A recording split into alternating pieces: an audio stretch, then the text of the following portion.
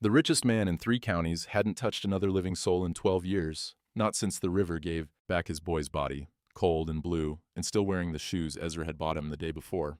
Now he stood on the porch at dawn, coffee untouched, watching frost silver the grass down to the Milk River. 40,000 acres. A stone house. His name on the church door. Men tipped their hats when he passed. Women spoke kindly of his grief. None of it mattered. He kept his hands in his pockets these days. Safer that way, nothing to reach for, nothing to hold, nothing to lose. The river moved slow and gray below the bluff, the same water that had taken Samuel, and Ezra hadn't gone down to that bank since they pulled the boy out. This morning, something moved at the water's edge. Small, struggling. He told himself it was a calf. His boots were already moving. She wasn't a calf. She was a child, lost down in the mud, one arm bent wrong, the other still reaching toward his land like she'd been crawling toward it her whole short life. Ezra's boots hit the slope before his mind caught up. 12 years since he'd come down here. 12 years of looking at that water from the safety of the bluff, never closer, never touching what had swallowed his boy whole. Now he was running. The mud grabbed at his heels. He slipped once, caught himself on a cottonwood root, kept moving. The girl lay at the edge of the river where the bank turned to silt. Small, maybe 8 years old, dress torn and caked with dirt. Her hair was matted. Her skin had gone the color of old candle wax. Her left arm was bad, real bad. The bone pushed against the skin at an angle God never intended, and the flesh around it had swollen tight and angry. But she was breathing, shallow, rapid, alive. Hey. He dropped to his knees beside her.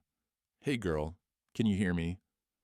Her eyes opened, gray-blue, like river ice. She looked at him without recognition, without fear, just a flat, exhausted assessment, like she was deciding whether he was worth the effort of staying conscious for. You the man with the big house? Her voice came out like gravel dragged over tin, days without water, days without rest. I'm a man with a house. He was already pulling off his coat to wrap around her. That good enough for now? She didn't answer. Her good hand was pressed against her chest, fingers curled tight around something beneath the fabric of her dress. When he tried to shift her, tried to get his arms under her shoulders and knees, she made a sound, not a scream, but close. A wounded animal warning. Easy. I ain't gonna hurt you. Don't touch. She couldn't finish. The pain was too much. But her grip on whatever she was holding didn't loosen, not one bit. Ezra lifted her anyway. The weight hit him somewhere behind his ribs. Light, she was too light, sparrow-boned and starved, but heavy in a way that had nothing to do with pounds. He'd carried a child like this before, once, a long time ago, up a different bank. That child hadn't been breathing. Don't think about that, move. He climbed. The mud sucked at his boots, and twice he had to stop, brace himself against the slope, keep her from slipping. She whimpered when her arm jostled, but didn't cry out, didn't beg him to stop. Just kept her good hand pressed to her chest, guarding whatever was hidden there like it mattered more than the bone pushing through her skin. By the time he crested the bluff, Heck was already coming down from the barn. Saw you running. Heck's face didn't change. It never did, but his eyes went to the girl and stayed there. Lord have mercy. Get the door, boil water, find clean cloth. She alive? For now. They moved fast. Through the yard, up the porch steps, into the house. Ezra laid her on the kitchen table, the same oak table where he'd eaten 10,000 meals alone, and Heck was already at the stove, stoking the fire, setting the kettle. The girl's eyes had closed again, but her breathing steadied once she was out of the cold. Her fingers still hadn't let go of whatever she held. Girl? Ezra leaned close. I need to see your arm. Need to see how bad it is. No response. I'm gonna have to cut your dress some. Just around the sleeve. That all right? Her eyes opened. That same flat look, measuring him. You gonna read it? Read what?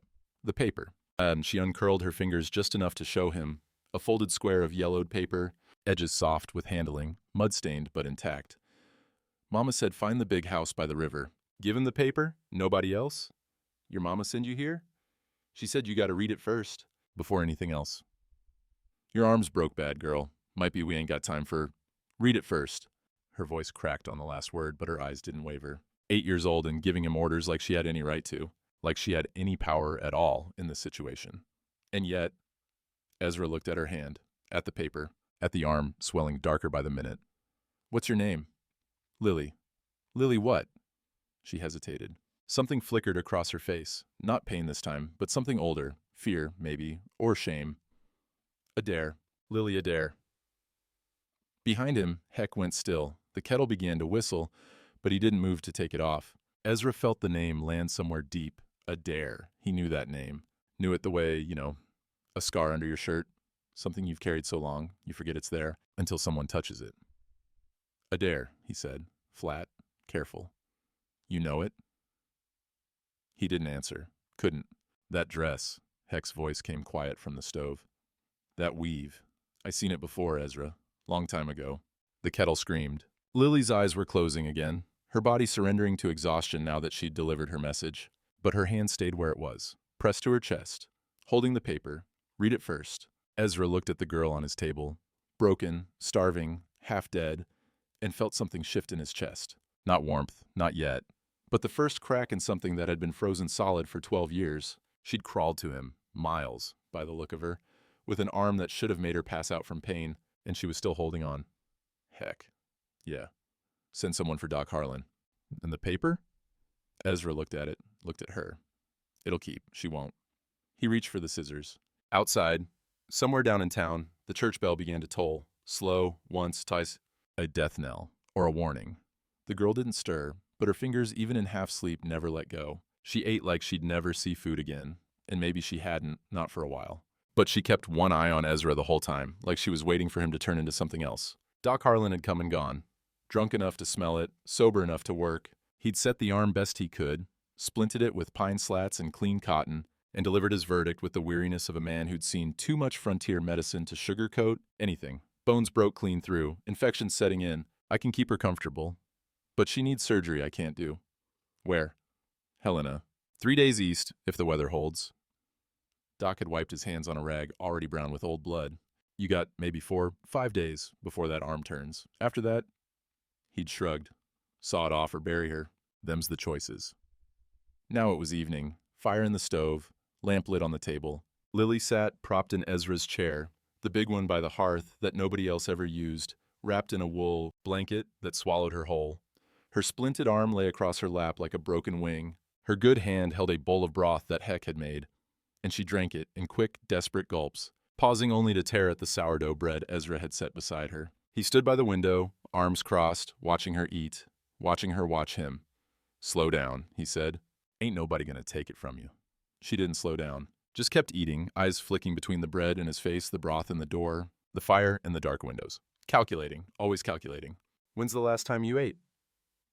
She thought about it, chewing, swallowing. Don't remember. Day, 2 days. Mama got sick 4 days back, stopped cooking. I found some jerky in the shed, but it ran out. And she said it flat, like she was reciting someone else's troubles. Then the men came. Ezra's chest tightened. What men? Don't know. Mama hid me under the floor. Told me to stay quiet no matter what. She took another bite of bread. I stayed quiet. And then the quiet got real long, so I came out. She looked at the fire. Mama couldn't talk no more. She just pointed. Pointed at the river. Pointed at my dress. The paper. The note she still hadn't let him read. She give you that paper then? Had it for always. Grandma Ruth gave it to Mama before I was born. Mama gave it to me when I turned 6, said it was important, said if anything ever happened, I was to find the big house by the river and give it to the man there. Grandma Ruth. Ezra turned back to the window. His reflection stared at him from the dark glass. Older than he remembered, harder, like the land had worn him down to leather and bone. Ruth Adair. He hadn't heard that name spoken aloud in 30 years, hadn't let himself think it. And now here it was, sitting in his chair, wrapped in his blanket, eating his bread. She is your blood. He didn't know that for certain, not yet. He hadn't read the note, but he knew it the way you know a storm is coming. Something in the air, something in the pressure, something his body recognized before his mind caught up. This grandma of yours, he said, not turning around.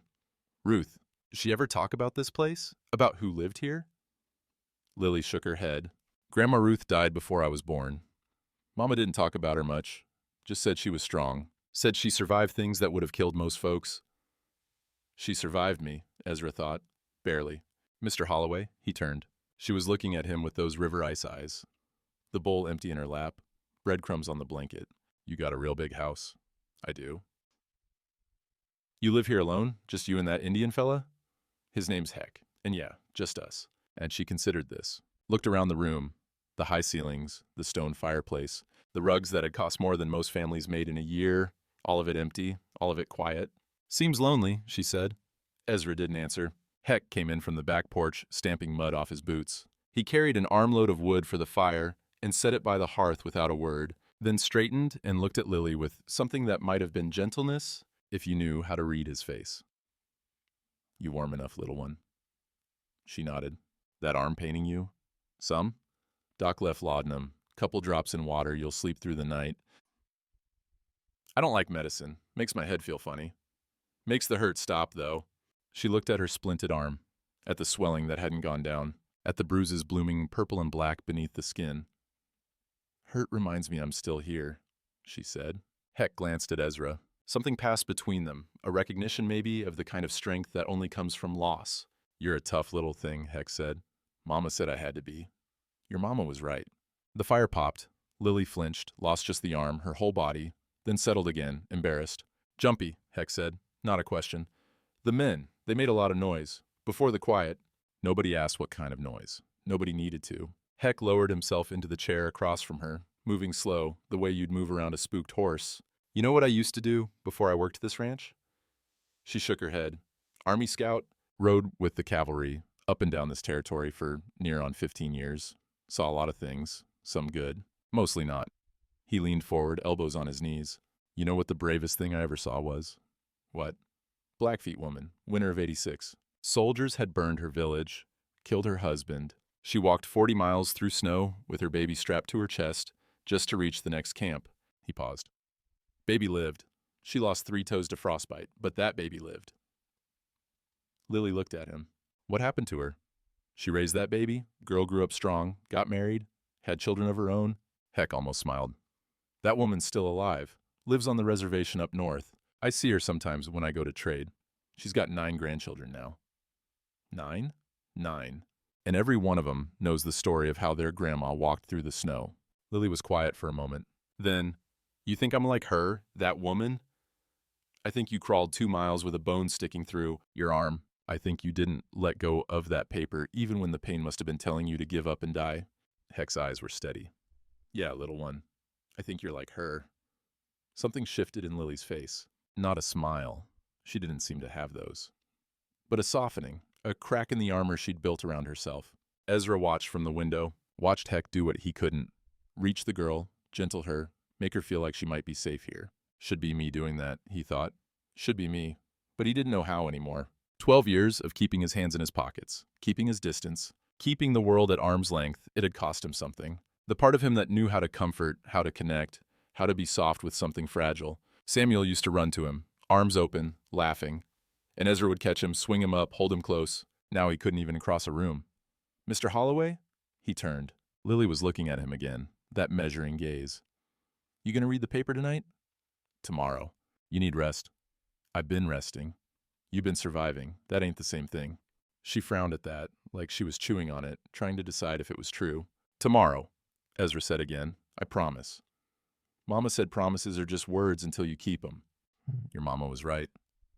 Heck stood, gathered the empty bowl and the crumbs. "I'll make up the spare room. The one at the end of the hall. Not Samuel's room, the other one. The one they use for storage, for guests who never came." Ezra nodded, grateful for the unspoken understanding. When Heck was gone, Lily spoke again, quieter this time. "Mr. Holloway, you got a wife?" "No." "Kids?" The word hit him like a fist. "I had a boy."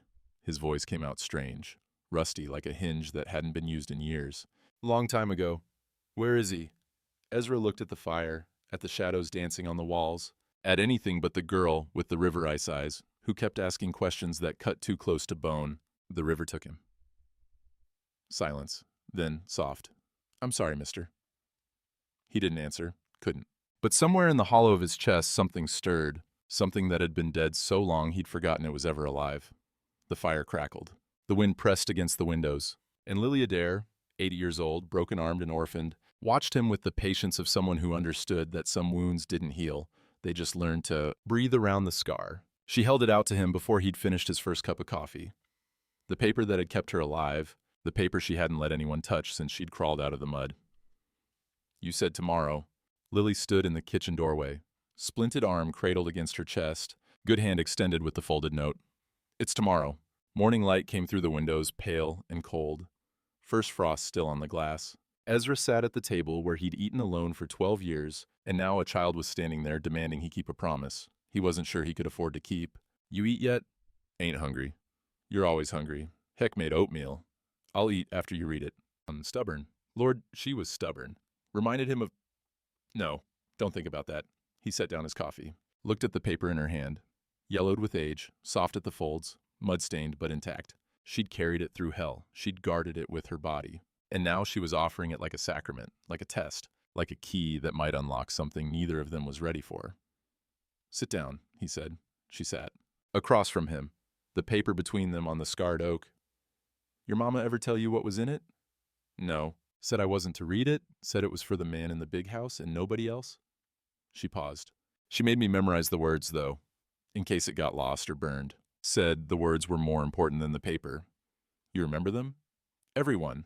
Ezra reached for the note. His hand didn't shake. He wouldn't let it, but something in his chest was trembling. Some fault line he'd spent 30 years pretending didn't exist. He unfolded it. The handwriting was faded but clear. Careful letters. The penmanship of someone who'd learned to write proper, who'd taken pride in it. He recognized it the way you recognize a voice you haven't heard in decades. Not the specifics, but the shape of it, the rhythm. Ruth's hand, Ruth's words, 4 lines, she is your blood. Ruth Adair Holloway. Claim her or don't, but know what you're turning away. The land is hers by right. The love could be, if you choose it. Below the words, in smaller script, a legal description, section and township numbers. The original Adair homestead claim, signed and witnessed, dated 1877. Ezra read it twice. 3 times. The words didn't change. She is your blood. Mr. Holloway? He looked up. Lily was watching him with those river ice eyes, patient and afraid, and trying not to show either. The words I memorized, she said. They start with, she is your blood. That's me, ain't it? I'm the she. He couldn't speak. His throat had closed around something sharp. Mama never told me what it meant. Just said I'd understand when I was older. She tilted her head, studying him. But I ain't stupid. I know what blood means family. Lily. Are you my kin, Mr. Holloway?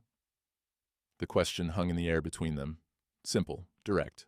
The kind of question only a child would ask, because adults learned to dance around the things that mattered most. Ezra looked at the note.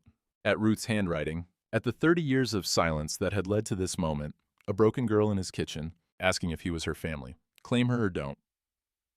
Your Grandma Ruth, he said slowly. I knew her, long time ago, before your mama was born. Knew her how? We were... He stopped, started again.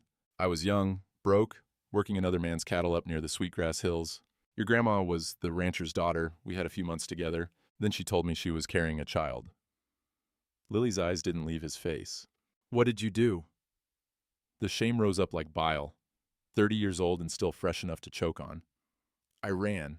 Silence. Her daddy paid me to disappear, said his daughter didn't need a drifter mucking up her life. I took the money and I left. He forced himself to hold her gaze. I told myself the baby wasn't mine. Told myself she'd be better off. Told myself a lot of things that let me sleep at night. But it was yours, the baby. I don't know for certain, but your grandma seemed to think so. He touched the note. She kept my name, Ruth Adair Holloway. She married someone else, raised your mama, lived her whole life, but she kept my name on this paper, like she was waiting. Waiting for what? For me to become the man she thought I could be. Lily was quiet for a long moment, processing, calculating. That same look she'd had in the mud, when she'd been deciding whether he was worth the effort. So you're my grandpa, she said finally. That's what this means. It means your grandma believed I was, and she wanted you to find me if anything ever happened. And something happened? Yeah. His voice cracked. Something happened. Mama never said nothing about a grandpa.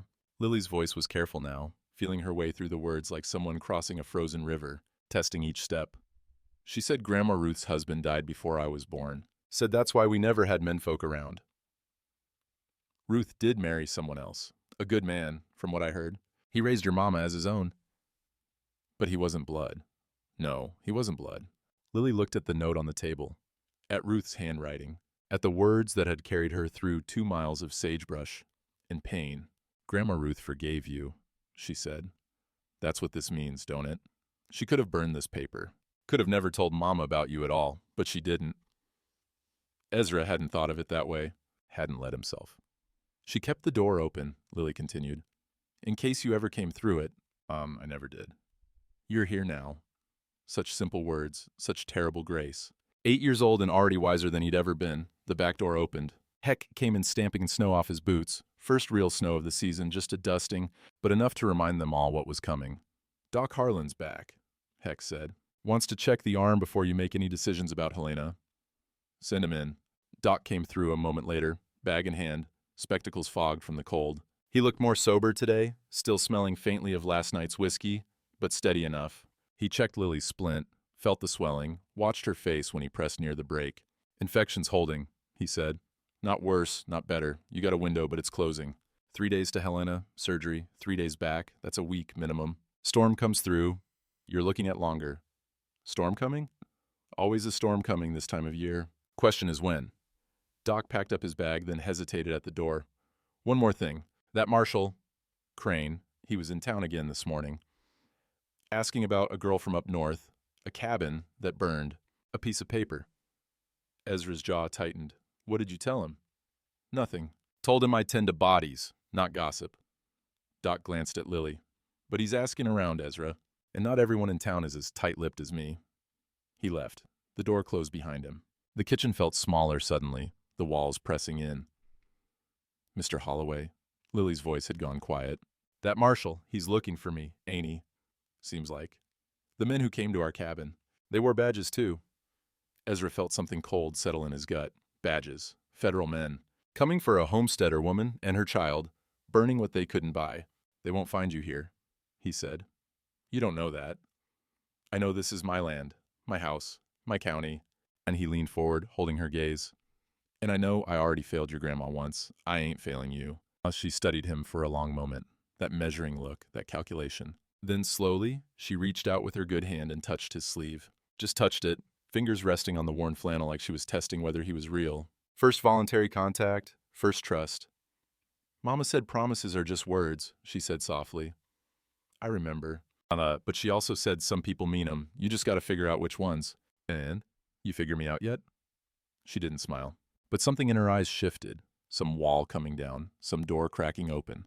"I'm working on it," she said. That night, Ezra stood at the window of his room, looking down at the river. Silver under the moon, cold, patient.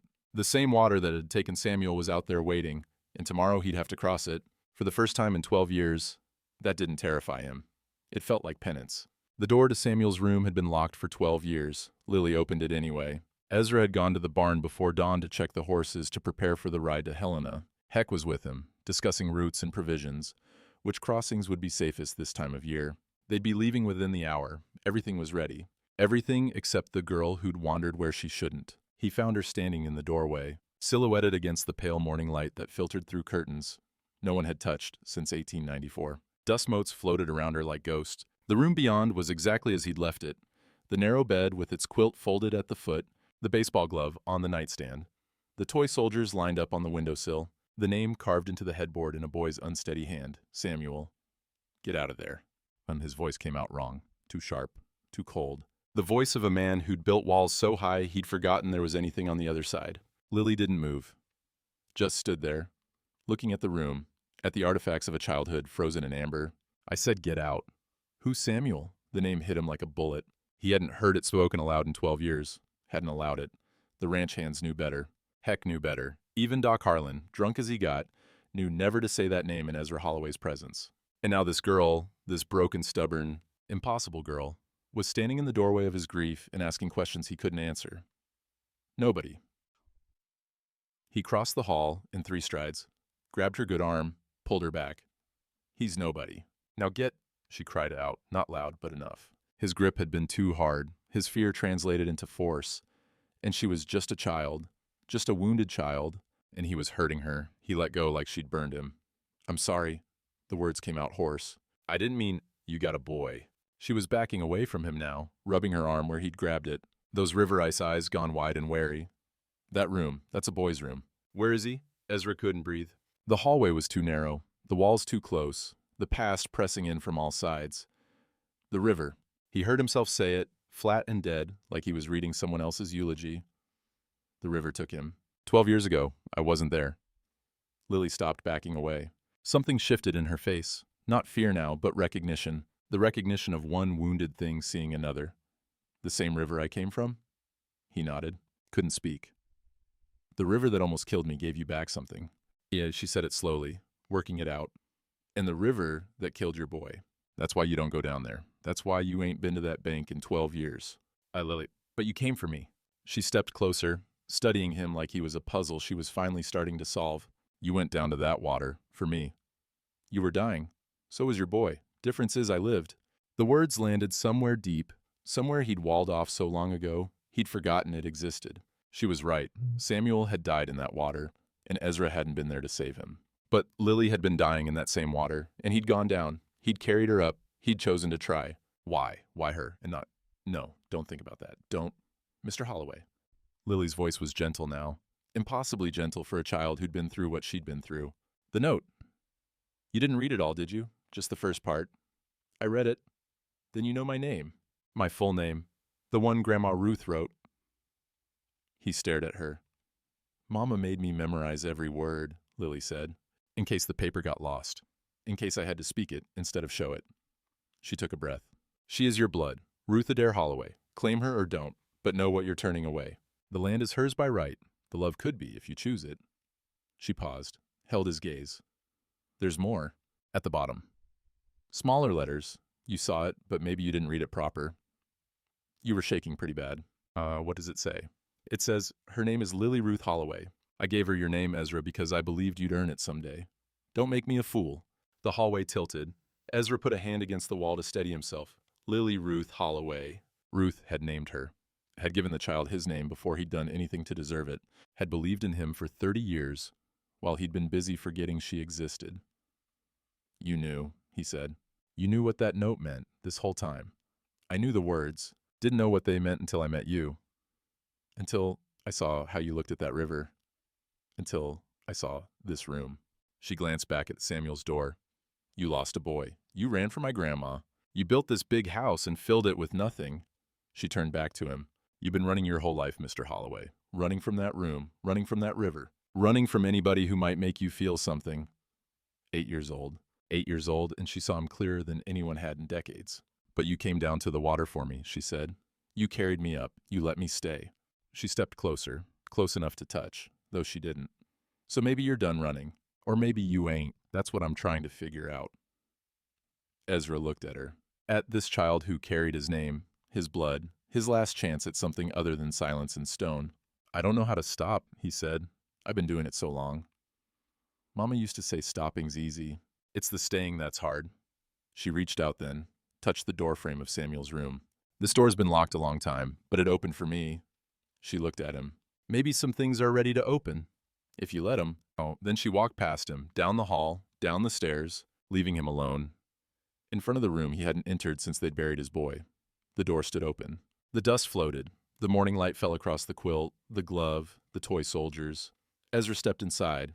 The marshal rode in at noon with 6 men behind him. By sunset, Lily was gone, and Ezra was bleeding on the floor of his own house. It happened fast, faster than he could have prepared for, even if he'd known it was coming. They were loading the wagon when the riders appeared on the ridge. 7 silhouettes against the pale autumn sky, moving in formation. The kind of formation that meant law and trouble and no room for argument.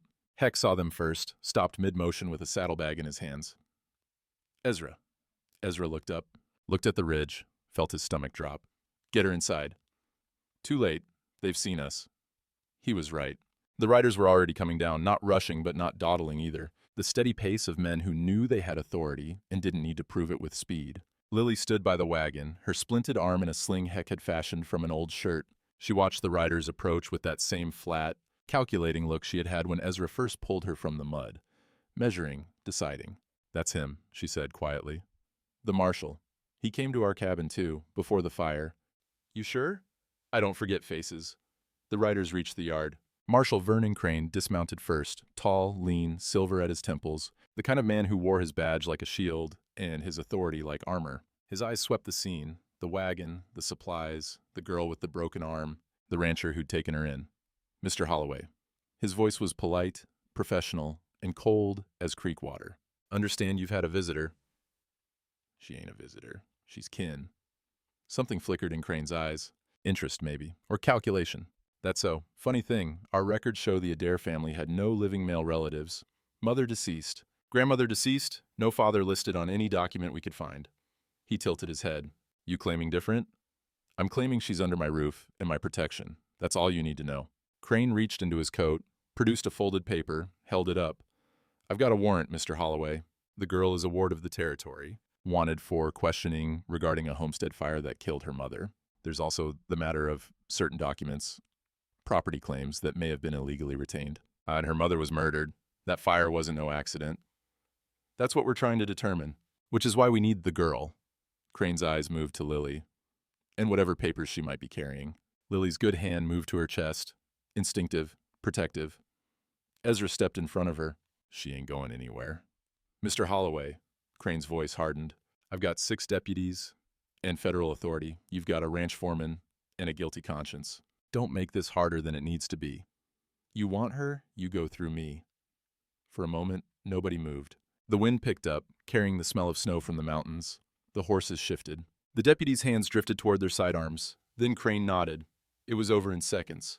2 deputies grabbed Ezra from behind while a third drove a fist into his stomach. He doubled over, gasping, and someone hit him across the back of the head with something hard, a pistol butt, maybe, or a sap. The world went white, then red. Then he was on his knees in the dirt, blood running into his eyes. Mr. Holloway, Lily's voice screaming. He tried to get up, tried to reach her, but his legs wouldn't work and his vision was swimming, and there were hands on him, holding him down. Get the girl, get the papers. No, don't, that's mine. Mama gave it to me. You can't. Evidence, sweetheart. Territory property now. Mr. Holloway, Mr. Holloway. He heard her screaming his name. Not Grandpa. She'd never gotten the chance to call him that. Not really. Not the way it should have been. Just Mr. The name of a stranger. The name of someone who hadn't earned anything more. They dragged her to one of the horses. She fought. God, she fought. Kicking and biting and screaming with everything her small body had. But she was 8 years old with a broken arm, and there were grown men with badges. And it wasn't a fair fight. It had never been a fair fight. Crane mounted his horse, looked down at Ezra, still on his knees in the dirt. You should have stayed out of this, Mr. Holloway. The Adair claim was never going to stand. Too much money at stake. Too many important people involved. He adjusted his hat. The girl will be cared for. Ward of the territory. Probably end up in an orphanage in Helena. Better than dying on some hardscrabble homestead if you think about it. I'll kill you. The words came out slurred, blood in his mouth. I swear to God, I'll... No, you won't. You'll sit here and count your cattle and thank whatever deity you pray to that we didn't burn your house. Down 2. Crane gathered his reins. Good day, Mr. Holloway. Don't make me come back. They rode out. Lily's screams faded with distance, swallowed by the wind, by the vast empty sky, by the silence that rushed in to fill the space where her voice had been. Heck helped Ezra to his feet. His nose was broken, his ribs ached, there was a gash above his eyebrow that would need stitches. None of it mattered. The note, Ezra said. They took the note. I know. They took her. I know. Ezra looked at the road, at the dust still settling from 7 horses, at the nothing that remained. She'd called his name, over and over, and he'd been on his knees in the dirt, useless, broken, failing her the same way he'd failed everyone who'd ever needed him. Inside, the house felt like a tomb. Overturned chairs, a broken cup on the floor. The blanket Lily had wrapped herself in still draped over the chair by the hearth, holding the shape of her small body like a ghost. Heck cleaned the gash on Ezra's forehead. Neither of them spoke for a long time. Then Heck said, You should have told her, in front of everyone. Should have claimed her the moment you knew. I was going to. When? After Helena? After the surgery? Heck's hands were steady, but his voice had an edge Ezra had never heard before. You were going to sneak her out of the county, get her fixed up, bring her back quiet, keep it all private, keep your reputation clean. That's exactly what it was. Heck set down the cloth, looked Ezra in the eye.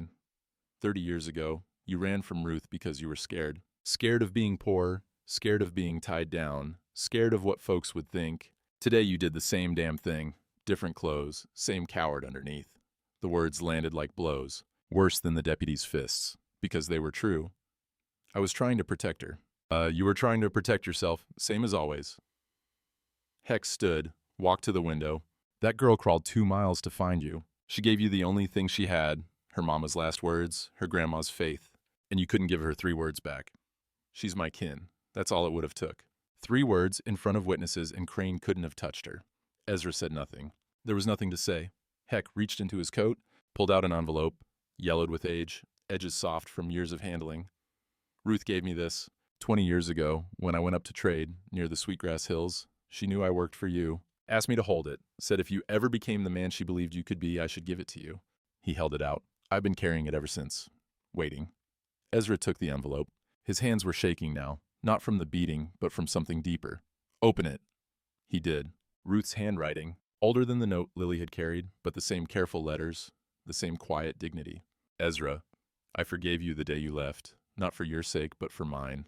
Carrying hate is heavier than carrying a child, and I had enough to carry. I had named our daughter after my mother. I married a good man who raised her as his own.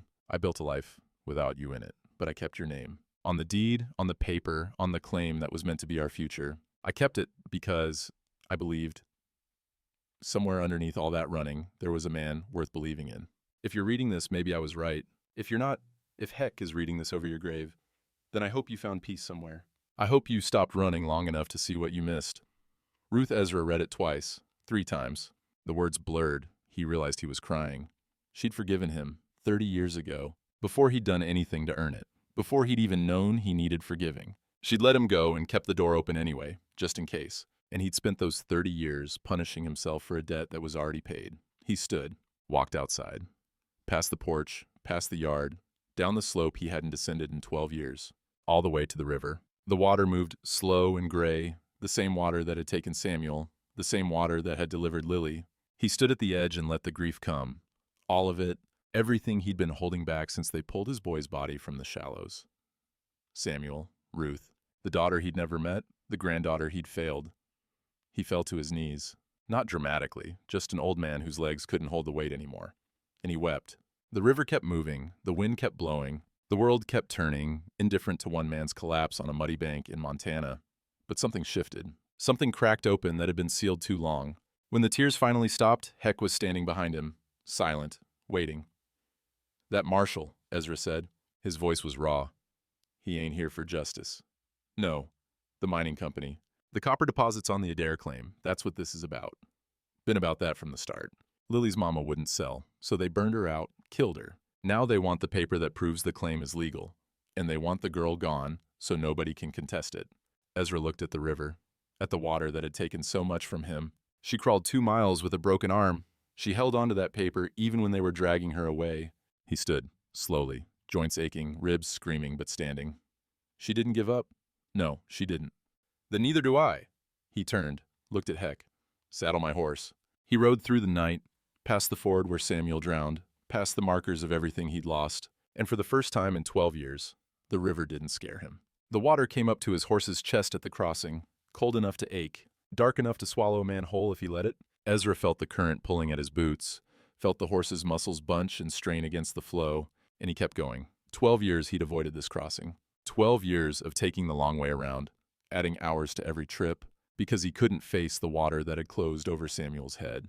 Couldn't bear to feel it against his skin, to hear it rushing past, to remember the sound his boy had made when he went under. Now he pushed through it like it was nothing, like it was just water, like it had no power over him anymore. Maybe it didn't. Maybe the river had taken everything it was going to take. Or maybe he'd finally stopped letting it hold him hostage. On the far bank, he paused to let the horse shake off. The moon was up, fat and silver, turning the plains to bone. Frost glittered on the grass. His breath came out in clouds. Somewhere in the distance, coyotes were singing their broken songs to the empty sky. He was alone, truly alone, for the first time in he couldn't remember how long. Heck had wanted to come, but Ezra had told him no. This was his to do, his sin, his blood, his redemption. If there was any redemption left to be had, he rode east, toward Mill River, toward the town that bore his name on half its buildings, toward the church he'd funded, the school he'd built, the people who tipped their hats and called him sir, and thought they knew who he was.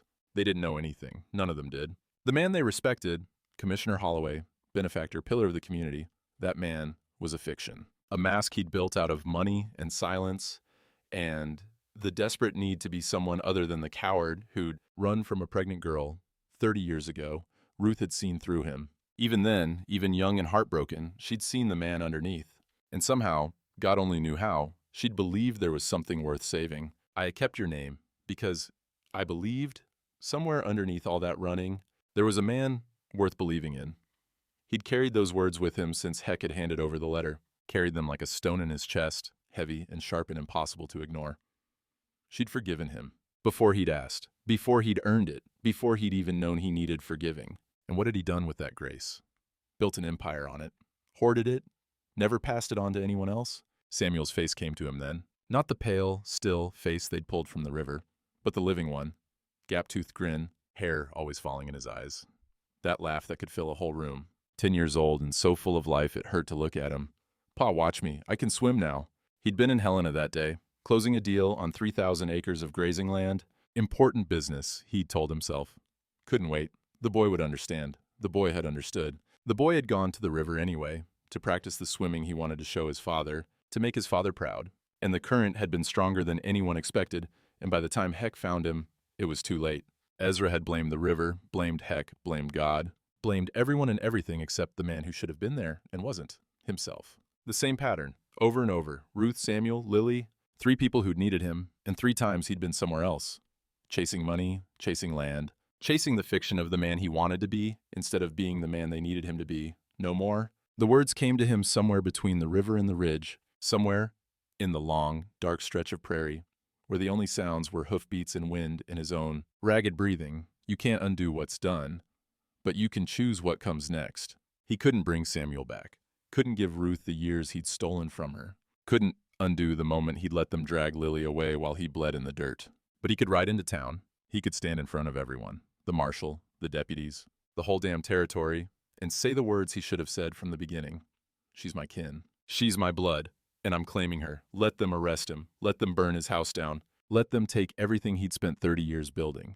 None of it mattered. None of it had ever mattered. The only thing that mattered was an 8-year-old girl with a broken arm and river ice eyes who'd crawled 2 miles to find him, who'd trusted him with her grandmother's faith, who'd looked at him and seen, somehow, impossibly, something worth believing in. He wasn't going to prove her wrong. The lights of Mill River appeared on the horizon as dawn began to gray the eastern sky. Smoke rising from chimneys, the church steeple catching the first pale light, a town waking up to Sunday morning, people getting ready for services, for prayers, for the weekly ritual of pretending to be better than they were.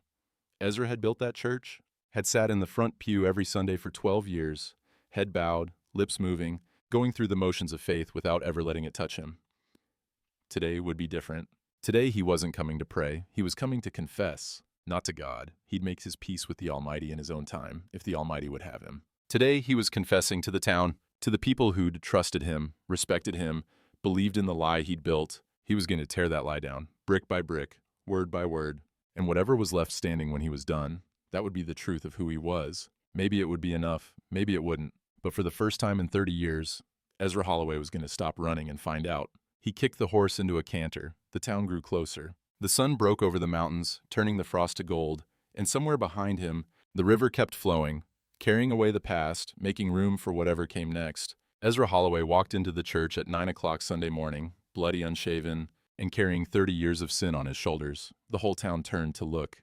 Pastor Whitmore stopped mid-sentence. The congregation, ranchers and merchants, wives and widows, children scrubbed clean for the Lord's Day, went silent as Ezra moved down the center aisle. His boots left mud on the worn floorboards. His face was bruised, one eye swollen half shut, dried blood crusted above his brow.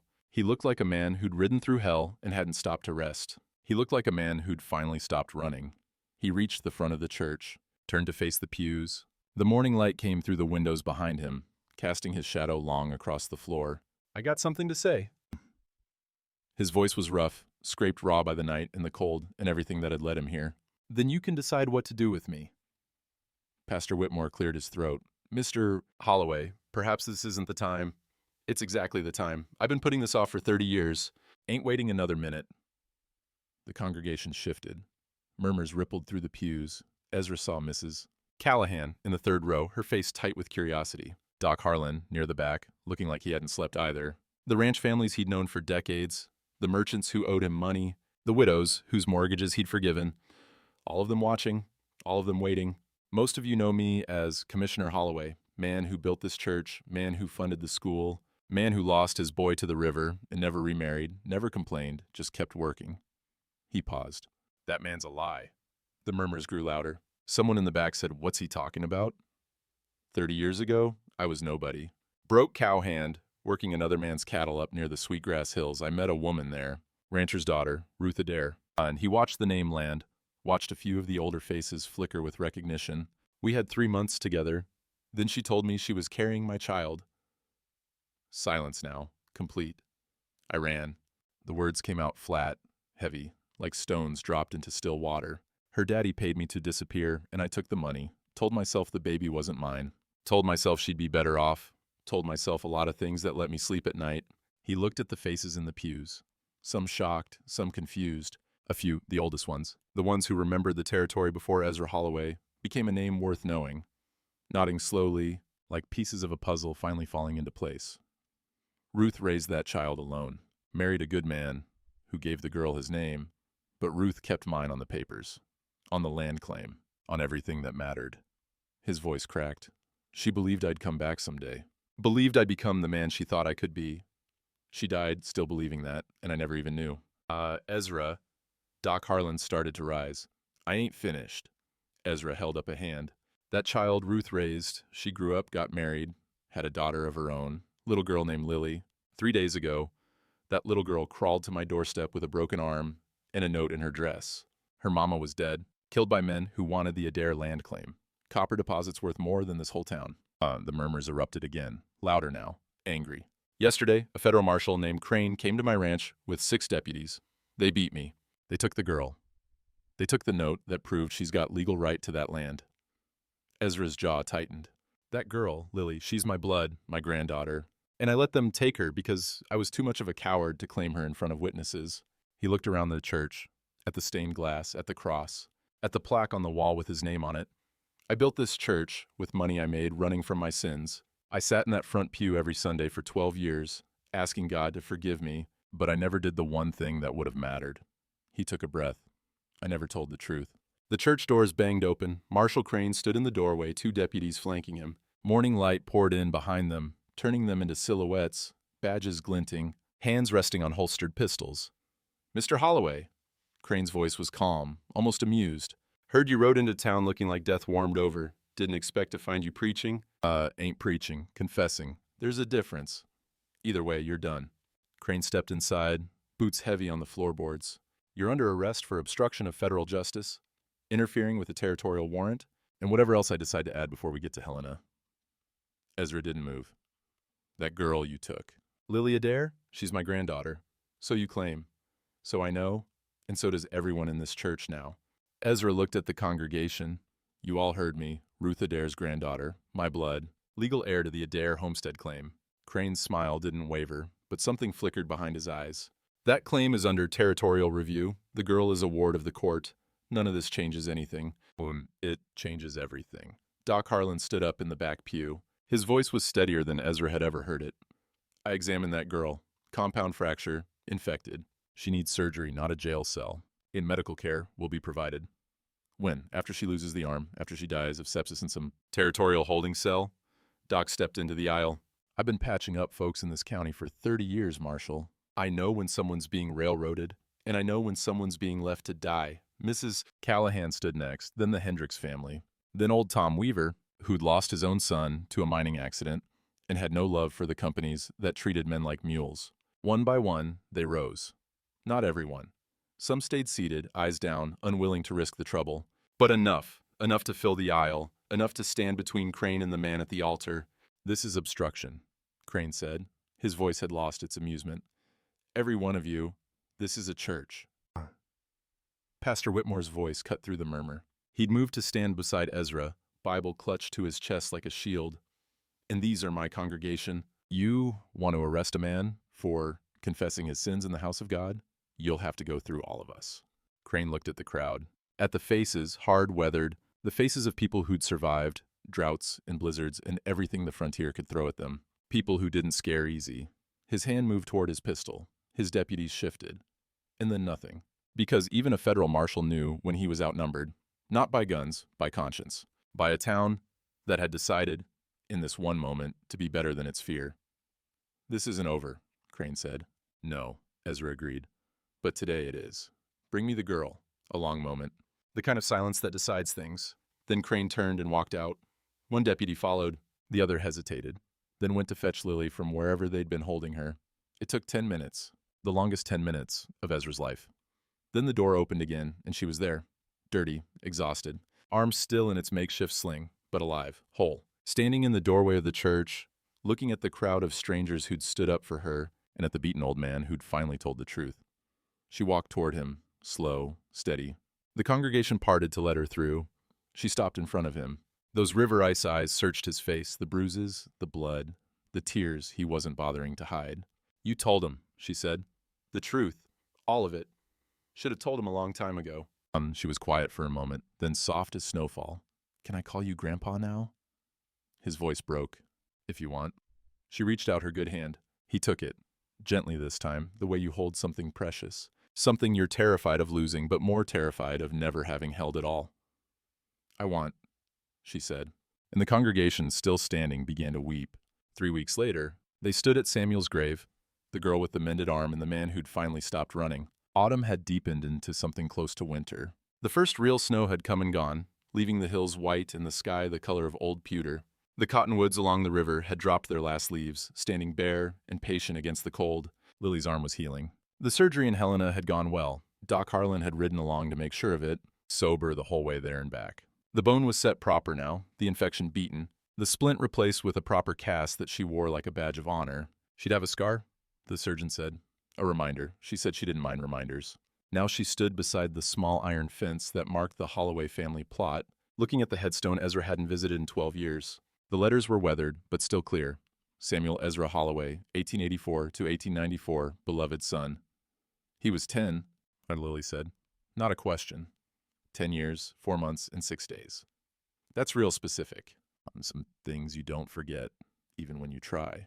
She was quiet for a moment, studying the stone, the dates, the word beloved carved deep into granite. Then she reached into her coat pocket and pulled out a small, flat stone, river smooth, gray with a single white vein running through it. "Found this by the water," she said. "Heck told me some folks leave stones on graves, to show they visited, to show they remember." And she placed it on top of the headstone, careful and deliberate, like she was performing a ritual she'd invented herself. "There," she said. "Now he knows I came." Ezra watched her. This child who'd lost everything, mother, home, the only life she'd ever known, standing at a stranger's grave, offering kindness to a boy she'd never met, a boy who would have been her uncle, in another life, a boy who'd been dead longer than she'd been alive. "Samuel would have liked you," he said. The words came out rough, but he didn't try to smooth them. He was stubborn, too, brave, always running toward things instead of away. "Like me? Like you." She looked at him then. Those river ice eyes, warmer now than they'd been 3 weeks ago. Still measuring, still calculating. She'd probably always be that way. A girl who'd learned too young that the world wasn't safe, but something else there, too. Something that looked like trust. "Grandpa?" The word still hit him somewhere deep. He didn't think he'd ever get used to it. Didn't think he deserved to. "Yeah?" "The note. The one Grandma Ruth wrote." She pulled it from her pocket, smooth flat now, pressed between the pages of a Bible Mrs. Callahan had given her, preserved like the relic it was. "I want to keep it. Is that okay?" "It's yours." Always was. "But it's got your name on it, and the land claim, and all that legal stuff." "Don't matter.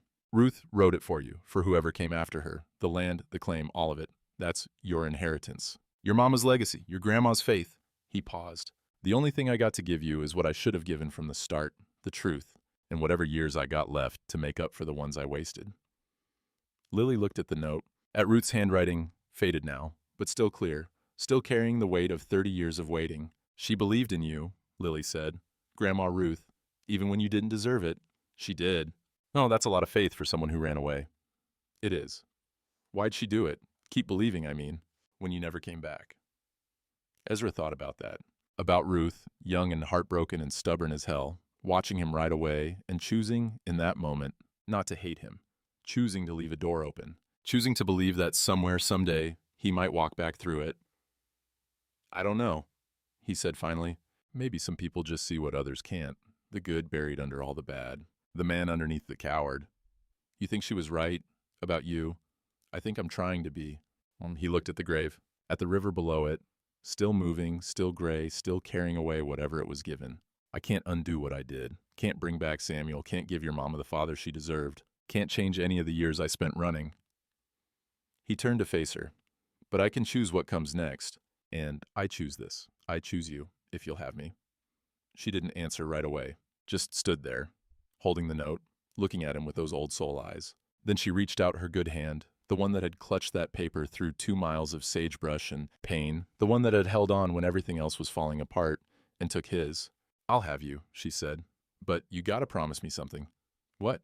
"No more running. Not from the river, not from that room, not from nothing." She squeezed his hand. "You stay, no matter what." "I stay," he said. "No matter what." From down in town, the church bell began to ring, slow and clear, calling the faithful to evening vespers. And carried on the wind, faint but unmistakable, came the sound of voices lifted in song. "Shall we gather at the river, where bright angel feet have trod?" Lily turned toward the sound. Ezra watched her face, the way the last light caught her cheekbones, the way her breath misted in the cold air, the way she looked at the world like it still held the possibility of goodness, despite everything it had taken from her. "Mama used to sing that," she said softly. "I never knew the words, just the tune." It's about the river," Ezra said, "the one that flows by the throne of God, where all the broken things get made whole." You believe that? That broken things get fixed?" He looked at the grave, at the river, at this child who'd crawled through hell to find him, and somehow, impossibly, had. "I'm starting to," he said. The bell kept ringing, the hymn kept floating up from the valley. And the two of them stood there, grandfather and granddaughter, sinner and grace, the man who'd finally stopped running, and the girl who'd taught him how, watching the sun sink behind the mountains and the river turn to gold. Neither of them moved. Neither of them needed to. They were home.